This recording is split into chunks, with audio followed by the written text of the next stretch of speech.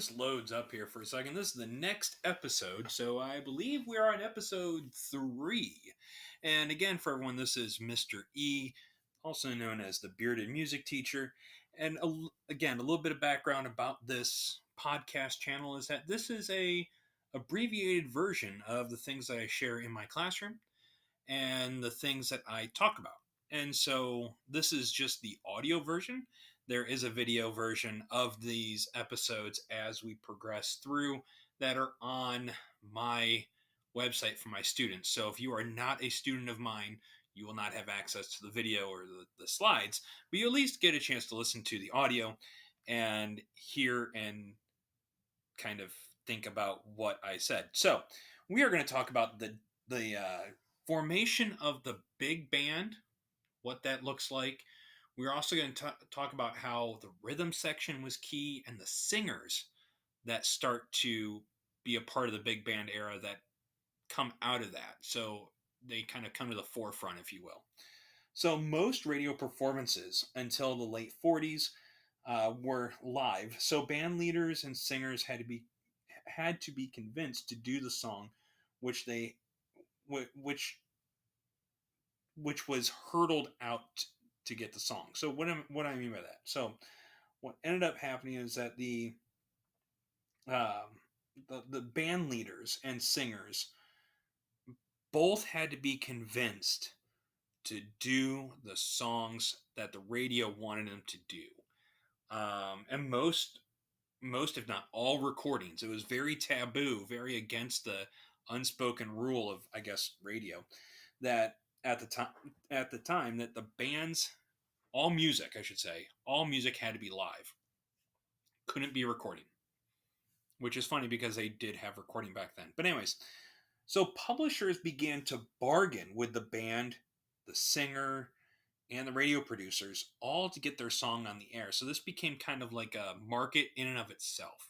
So if you want to think here that you are the writer of the music of the song, you would go and bargain with everyone that would be responsible of uh, getting your song on the radio.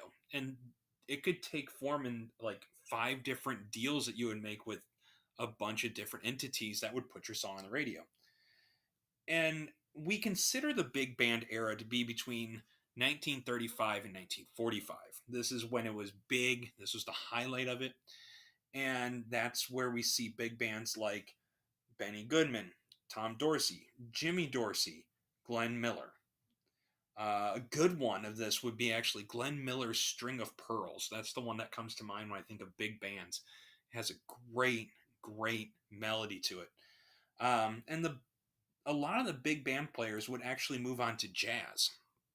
And we're going to get a chance to see that in the diagram and talk about it here.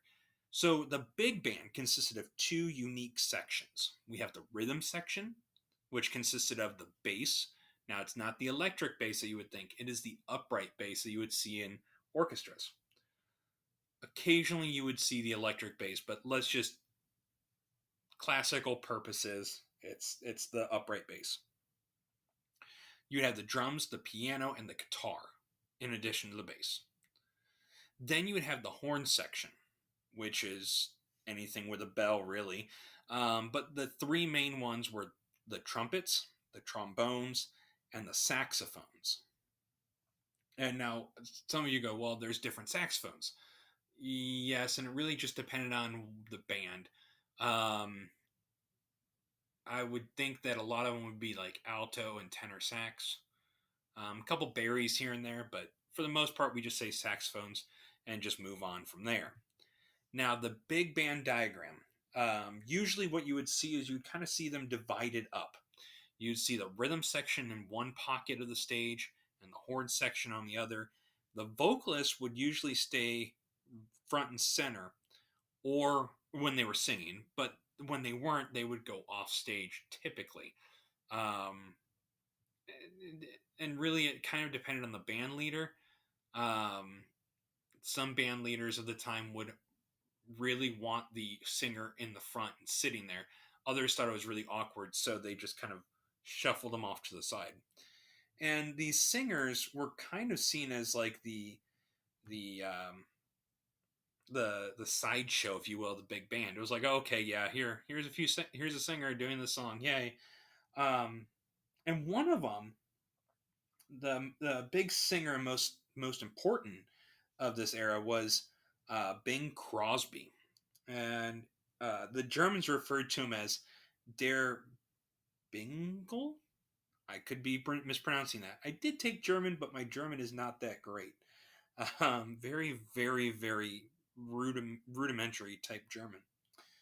So if there's Germans out there, German speaking individuals, I apologize. But Crosby's hits entail or list as "I've Got a Pocket Full of Dreams," "Only Forever," "Swinging on a Star," and of course everyone knows this one, "White Christmas." White Christmas is unique because it hit the charts in two separate years, not back to back years, not consecutive years, but two separate years, 1942 and 1945. And Crosby was deemed as the America's dad, or everyone's favorite uncle, because of his wholesome image. If you look up images of Bing in his prime of his career, at the height of this time frame, he dressed like the everyone's favorite dad. When you think of that kind of era, it was a very clean cut look. Now there's other ones, the Andrews sisters, which were great. Two women. They were great at their singing, and the Mills brothers were also right up there with Bing Crosby. Frequently, when they would go on tour, they would go together. You would see a lot of times where you would see Bing Crosby and the Andrews sisters, or Bing Crosby and the Mills brothers, or you'd see the Andrews sisters and the Mills brothers. They were very friendly with each other. They always got along. To the best of my research, and they always seemed to really gel as a group, or as three separate things, and then as a group. So two of the songs that were Andrew Sisters hits were "In the Mood," and that was originally done by the Glenn Miller band. And then you have "Shoo Shoo Baby," that was in 1943, so toward the end of that kind of big band era. Then you have Mills Brothers, and that was with Tiger Rag and Paper Doll. "In the Mood" tends to be a very big fan favorite in the way of the big band era. So, what happened? Why did the singers come forward instead of stay as a sideshow act in the big band era? Well, a lot of that happened to do with the economics of the big band. When we talk about 1945, we're talking about just at the end of World War II. We're right in the mix of World War II, between 35 and 45. And a lot of the musicians would be in the army. They took the call to serve in the army in the United States, and they went to serve in the military. Then they would come back and they'd be like, I don't want to do the big band stuff. I don't want to play the instrument. I'd rather just go dance and go out on the town and dance and do the party scene. Some of them didn't even come back. Some of them made the ultimate sacrifice for their country and ended up perishing in the battlefield of World War II. Others decided that instead of the big band, they were going to move to jazz. So not only do we see the musicians come back from the war at different times and they just didn't feel like doing it, but we also see that some of them just didn't want to do it anymore. We also have the fact that the big bands, they paid individual members, and it was easier getting a small band than a big band. So think about it this way: if you're in a band and there's 15 people, and you get paid as a band, let's say $500, that's less money if you divide it up equally than if you were to, say, have a band of 5 members instead of 15. you'd get paid a lot more money if you were in the smaller band. So it just made sense that it was easier for the smaller bands to get money and to get paid. And as a musician, if you're in a bigger band, even if you're a part of the big name bands like the Glenn Miller Orchestra, when Tommy and Jimmy Dorsey bands, you would have a harder time getting paid and have possibly less money doing the big bands. And clubs didn't want to do that. The nightclubs and the auditoriums, the theaters didn't want to pay for such a big ticket when they could buy something smaller and end up doing that. So as a result, the singers would often take the melodies, make words either to them, that if they haven't done that already, or they would sing the original lyrics of the songs, that how it was written, thus making them the band, or the focus of the band. And the one who really paved the way. Now, Bing Crosby did a fair amount of singing and did that, but then Frank Sinatra comes in right behind him and really paves the way for what we consider to be in this class the rock model, where the singer, the front man, is the focus of the band. And then we have the rhythm section. So the rock model takes the rhythm section, the bass, drums, and keyboard and guitar, and adds them to the singer. That right there is a 5-piece band. So what we have is something way easier to manage financially. And he also, as Frank Sinatra, he also had connections with Harry James, which he's another big one in the big band era. But he also used to sing, if I remember right, with Tommy Dorsey bands. And so he had a lot of connections with a lot of theaters, and he would take the rhythm section or make up his own rhythm section or have rhythm sections already in the theaters as established as like house bands, play these songs, and he would sing them. Then he finally went solo with a #2 hit, All or Nothing at All, which, if you ever get a chance to see this, um, uh, him perform it when he was younger, not when he was older. It's better when he was younger. I feel like he had more stage presence and more charisma. But take a listen to his recordings. Make sure it's an earlier recording or a video. A recording, especially the studio recording of it. There's one that was recently remastered. And recently, I mean fairly recent, of All or Nothing at All for like a greatest hits compilation that does a really good job of the remastering of it. And that kind of sets the tone for his career.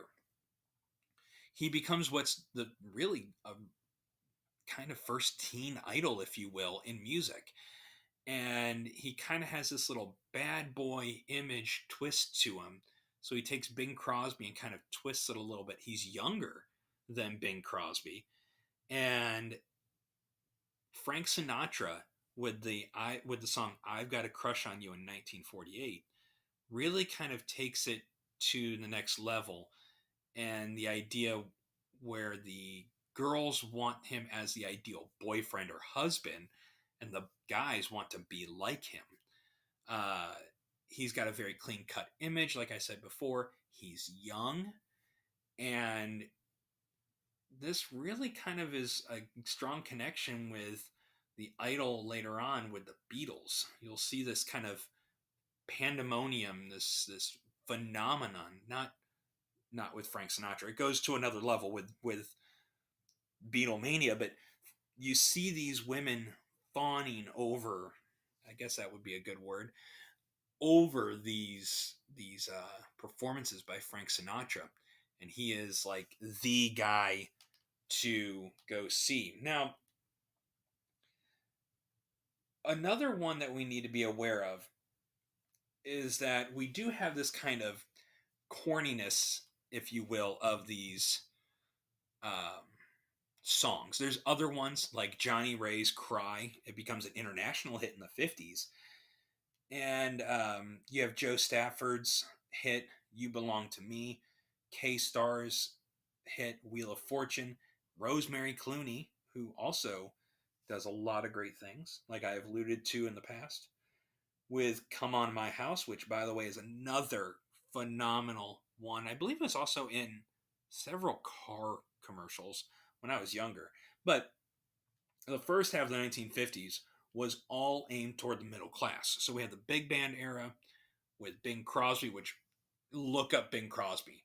Phenomenal singer, great baritone bass voice, just absolutely great. Then you have Frank Sinatra, Andrews Sisters, Mills Brothers. These are all phenomenal acts. Johnny Ray comes out of this. Rosemary Clooney comes out of this by the 50s and is absolutely phenomenal. Rosemary Clooney, for all the women that are out there, listen to her stuff.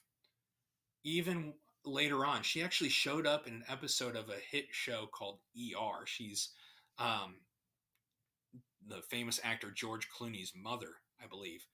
Um, she appears singing, I think it was a Christmas episode, in the middle of the ER. I think she plays like the senile woman. And it was absolutely beautiful. I remember I was listening to it, I'm like, wow. I was watching, I was like, wow, that is a absolute gorgeous, gorgeous alto voice. So really listen to Rosemary Clooney. It's great stuff. But these songs were geared toward the white middle class. And we'll see this creep up toward the second half of the 50s into the 60s, is that these are geared toward the white middle class of America. Very wholesome, cheeky, corny, quote, innocent elements to it, messages to it, very innocent, kind of like, look at me, la la la la la. But Les Paul comes in, and yes, that's Les Paul is like the guitar, Les Paul, he's a guitarist, and Mary Ford, they come through later on by the end of this whole thing with the idea of layering techniques with instruments. And they do I'm Sitting on Top of the World, which is something that we listen to in class, and we look at the looping that's involved. And that's a technique that's done nowadays in pop music and rock music and pretty much everywhere. So that's just a brief, and I mean very brief, overview of how the singers come in. And again, I would highly recommend that you check out Frank Sinatra. You would want to check out Rosemary Clooney, Johnny Ray, the Andrew Sisters, Mills Brothers. Unfortunately, on this podcast, to make sure I don't violate any copyright restrictions or anger any artists or their families, I do not play these songs or the artists as a part of it. So what I would do is I'd highly recommend listening to All or Nothing at All, Cry, Come On to My House, anything done by Glenn Miller, String of Pearls, Tommy and Jimmy Dorsey. Those are great ones. And really listen to how those are. And if you're a big fan of Marvel, right around that Captain America ideal, that's where we get those. That's where we look at the soundtrack. So when we look at Captain America with the Marvel universe, we see a lot of those songs, those sounds mimicked in everything that has to do with Captain America when we jump back in the MCU to the origin story of Agent Carter and Captain America.